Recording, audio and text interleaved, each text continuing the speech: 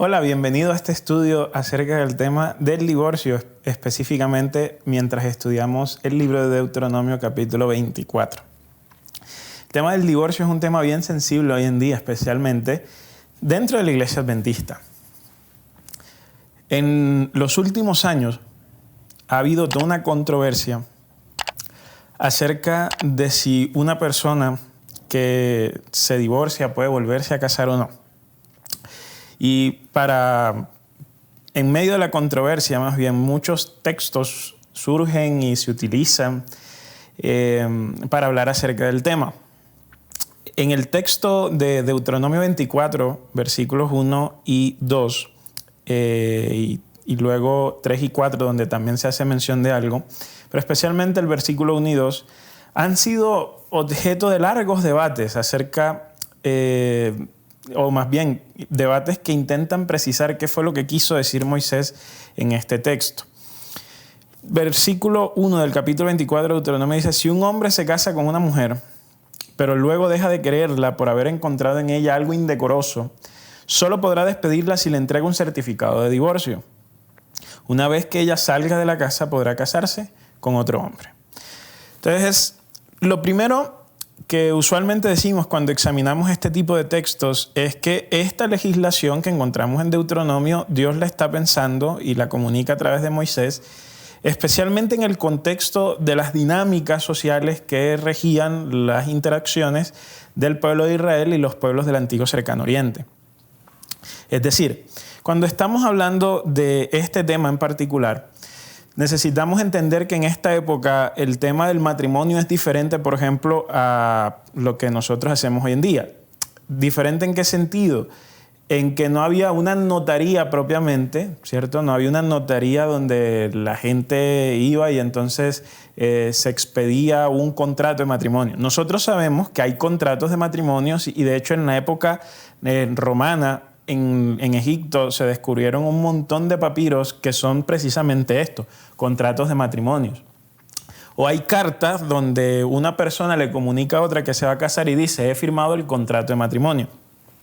Pero 3.500 años, que es lo que nos separa de la escritura de Deuteronomio, cuando nos ponemos a pensar en eso, es probable que ese sistema legal que luego se monta en los tiempos romanos y que tenemos hoy en día no existiera, ¿ok? Entonces, aquí esto es una de las cosas importantes a entender. Lo otro es que la dinámica social siempre iba a privilegiar al hombre, y no solo iba a privilegiar al hombre, sino que siempre se estaba pensando en términos de el casamiento era una excusa para producir hijos, de tal forma que, como dice de hecho el capítulo 24 de Deuteronomio, para que el nombre de esa persona no se olvide en el pueblo de Israel. Entonces los hijos eran la forma de trascendencia en esta época, algo muy diferente a lo que vivimos hoy en día, y además era la forma de trascender porque ellos iban a llevar el nombre, pero también iban a heredar la tierra. Y entonces en ese proceso de heredar la tierra se garantizaba que la posesión que Dios le había entregado a las familias de Israel permanecía siempre en Israel, debido a que la tierra iba a pasar de padre a hijos y así sucesivamente. En medio de ese contexto es entonces cuando podemos entender que en el capítulo 24, el versículo 1, cuando dice, bueno, que si un hombre se casa con una mujer, pero luego deja de quererla por haber encontrado en ella algo indecoroso, entonces podrá darle un certificado de divorcio. Ahora, aquí el texto es ambiguo, ¿no? Porque el texto dice que el hombre, si la deja de querer por haber encontrado en ella algo indecoroso, el texto no especifica exactamente qué es indecoroso. De hecho, nosotros vamos a ver que a lo largo de la historia, muchos intérpretes, antes de que Cristo apareciera, por ejemplo, muchos intérpretes judíos trataban de determinar, bueno, o sea, en este pasaje, ¿qué es esto de indecoroso? Y entonces había una línea que era un poco más exigente que la otra y decía, a ver, algo indecoroso es algo de estricta naturaleza moral o sexual, ¿no? Un adulterio, algo de este tipo. Pero había otra línea menos exigente que cuando venían a este texto, llegaban y miraban el texto y decían, no, aquí el texto está hablando es de cualquier cosa. Entonces había un grupo de personas que tomaba este texto como excusa para casarse, divorciarse cuantas veces ellos quisieran. Miren que en este texto no solo se habla del divorcio, sino también se habla del casamiento o del segundo casamiento, porque en el verso 2 dice que una vez ella salga de la casa podrá casarse con otro hombre. Como les digo, en el contexto en que se da esta ley, las mujeres eran vistas como necesarias para la procreación. Yo no estoy diciendo que esto esté bien, no estoy validando lo que estaba ocurriendo en esta época, no estoy diciendo que ese es el rol que deben ocupar las mujeres hoy en día tampoco. Sin embargo, es necesario entender que cuando se escriben estas porciones de los textos, las sociedades eran patriarcales. ¿Habían formas femeninas de poder? Sí. ¿Habían figuras que destacaban? Sí. Pero en el sistema de relaciones sociales del mundo antiguo, los sistemas eran patriarcales. Entonces, en ese sistema patriarcal, a pesar de eso, el texto dice que la mujer se puede casar con otra persona porque mientras el punto era que al casarse ella con otra persona, ese hombre podía a través de ella otra vez concebir, tener un heredero y tener a alguien que llevase el nombre. Este texto de por sí no es usualmente estudiado como él solo, ¿no? De hecho, este texto usualmente se estudia y se lee a la luz de la discusión que tiene Jesús con algunas personas respecto a este texto. Pero antes de ir a la discusión de Jesús, en el versículo 3 dice, si ocurre que el segundo esposo le toma aversión y también le extiende un certificado de divorcio y la despide de su casa, o si el segundo esposo muere, el primer esposo no podrá casarse con ella de nuevo, pues habrá quedado impura. Y de hecho, ahí termina la historia. Miren que es interesante que el versículo no dice si hay un tercer esposo. Simplemente dice que si el segundo esposo se divorcia de ella, el primero ya no lo puede tomar. Ya el primero perdió la oportunidad. Entonces, cuando hablamos del matrimonio y cuando hablamos del nuevo casamiento, nosotros nos vamos a encontrar con una realidad. Queremos que el texto bíblico, que está el más reciente, está a 2000 años de distancia nuestra, pero queremos aún así que ese texto nos hable a las situaciones específicas de hoy en día. Y una de las cosas que necesitamos entender es que hay situaciones contemporáneas que el texto bíblico sencillamente no imagina, no contempla, y por esa razón no tiene un asunto escrito que diga, así dice Jehová, debe pasar esto y lo otro. Lo que el texto bíblico nos da son principios. Y en el contexto de Deuteronomio capítulo 24, 1 al 4, nosotros tenemos un principio que se aplica en una circunstancia específica, que es el momento previo antes de que Israel entre a conquistar Canaán. Entonces, como decía, son 3000 años de distancia, de diferencias culturales y sociales, ¿sí? Aún cuando vamos al Nuevo Testamento hay 2000 años de separación. Entonces, por eso nosotros no podemos pedirle al texto bíblico que nos diga ¿se puede o no se puede divorciar una hermana que está pasando por un abuso sexual o psicológico o físico dentro de su matrimonio? Sencillamente la Biblia no trata ese tema porque la Biblia cuando fue escrita no se alcanzaba a dimensionar tal realidad. Entonces, la Biblia que nos da principios, pero nosotros vamos a notar que en las situaciones contemporáneas necesitamos aplicar esos principios y hacer uso del sentido común para determinar ciertos escenarios, para poder dilucidar ciertos escenarios donde nosotros podamos aplicar esos principios y darle sentido. Entonces, nosotros no podemos, debido a una interpretación bien estricta de ciertos pasajes bíblicos, decirle a una hermana que si ella está siendo violentada en su matrimonio, ella debe permanecer casada. Porque sencillamente eso va en contra de los principios que Dios tiene en las Escrituras. No solo en el principio de que el hombre y la mujer deben ser una sola carne, sí. Y alguien dice, pero es que este es el principio supremo. Pero antes de que el hombre y la mujer sean una sola carne, son precisamente hombre y mujer. Y Dios valora la dignidad individual de cada persona y la integridad de cada persona antes de que se uniesen en matrimonio. La unión del matrimonio, sí, es cierto, es una sola carne, pero Dios no va a permitir que una mujer, ni va a estar contento con que una mujer sea abusada, sencillamente porque está en el contexto de un matrimonio. Entonces, ese tipo de elementos son causales de divorcio, aun si no lo dice explícitamente el texto.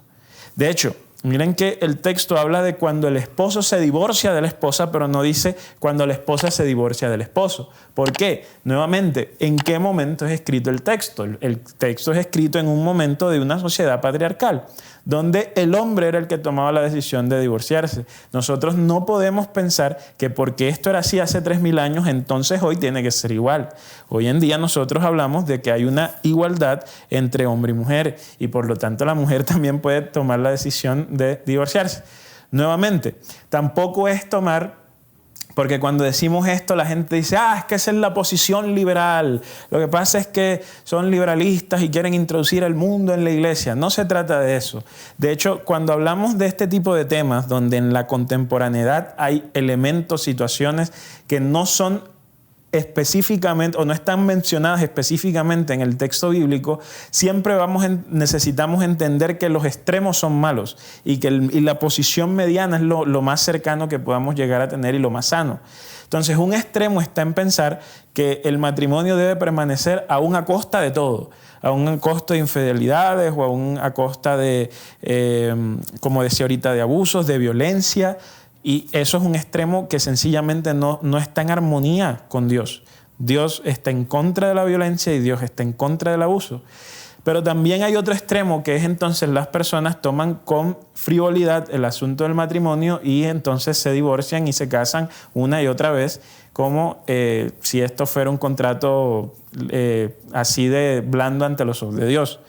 Entonces, por eso es que cuando vemos aquí este texto de Deuteronomio 24, si bien como dice el texto se está regulando una práctica dentro de una sociedad patriarcal de hace 3000 años, vemos que ¿cuál es el principio? El principio es que se debe luchar, ¿no? Y se debe tratar de proteger la institución del matrimonio. Precisamente esta es la conclusión a la que llega Jesús. Cuando Jesús está por allá en la controversia sobre el matrimonio y el divorcio con los escribas y fariseos, por allá en Mateo capítulo 19, los fariseos y ¿quiénes eran los fariseos? Bueno, parte de los fariseos eran abogados, el equivalente era la función de los abogados. ¿Qué hacen los abogados? Ellos estudian las leyes, solo que en este caso las leyes no las dictaba la Constitución, sino que ya estaban dictadas por Dios a través de Moisés en la Torá. Entonces los abogados estudian las leyes, las interpretan y determinan en qué circunstancias sí aplican y en cuáles no. Entonces los fariseos lo que hacen es que llegan y le dicen, pero es que Moisés mandó a que un hombre le diera a su esposa certificado de divorcio. Y entonces Jesús le responde que Moisés permitió tal cosa por lo obstinado que son, pero que no fue así desde el principio. Y les dice entonces que excepto en caso de infidelidad conyugal, el que se divorcia de su esposa y se casa con otra, comete adulterio. Entonces, cuando la gente lee este tipo de declaraciones de Jesús, usualmente también los lee como lee Deuteronomio, lo lee alejado del contexto histórico. Cuando los fariseos van a conversar con Jesús acerca de cómo se interpreta la ley, ellos están tratando a Jesús como un abogado también, a pesar de que Jesús no pasó por el curso de estudio formal que ellos sí tuvieron que pasar. Entonces aquí nosotros estamos en un juzgado. Ese es el ambiente de este texto. Estamos en un juzgado, estamos en un escenario donde se está interpretando una ley y en este caso es Deuteronomio. Y lo que necesitamos entender era que, como decía hace un rato, había múltiples opiniones y aptitudes sobre cómo debía interpretarse Deuteronomio 24. O sea, no había una sola interpretación en la época de Jesús, ¿ok? Y lo que hace Jesús es que Jesús se va no por la interpretación liberal de Deuteronomio, sino por la interpretación conservadora. Por eso es que Jesús llega y dice, no, lo que pasa es que Deuteronomio, en la opinión de Jesús, es una excepción. Y entonces, en la época de Jesús, en este tipo de discusiones legales, contrario a lo que nosotros pensamos que vemos en Génesis, un libro de historias y demás, ellos entendían los 5 libros de Moisés como Torá. ¿Qué significa entender los 5 libros de Moisés como Torá? Significa entenderlos como instrucción, significa entenderlos como ley. Y entonces Jesús utiliza un argumento, por eso es que el argumento que Jesús utiliza es que en Génesis se dice que Dios los hizo hombre y mujer y que ellos al unirse iban a ser un solo cuerpo, una sola carne, ¿ok? Entonces, ¿Por qué Jesús está mencionando Génesis? ¿Por qué no va a Deuteronomio primero? Resulta y pasa que en la época de Jesús, en las discusiones legales, existe un principio. Y era que si hay una ley que es más antigua, más vieja que otra, la ley más antigua y más vieja tiene precedencia sobre la nueva. Y entonces, ¿qué va primero, Génesis o Deuteronomio? La respuesta es clara, va Génesis. Entonces Jesús cita Génesis capítulo 2 para decir, este es el ideal.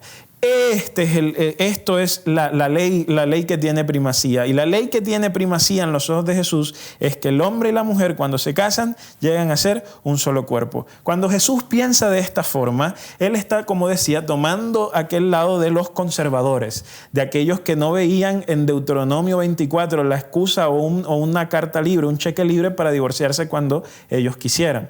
Entonces, lo que trata de resaltar Jesús es la institución del matrimonio. Y entonces, como la institución del matrimonio en Génesis precede a Deuteronomio, Génesis tiene mayor relevancia dentro del pensamiento de esta época que Deuteronomio.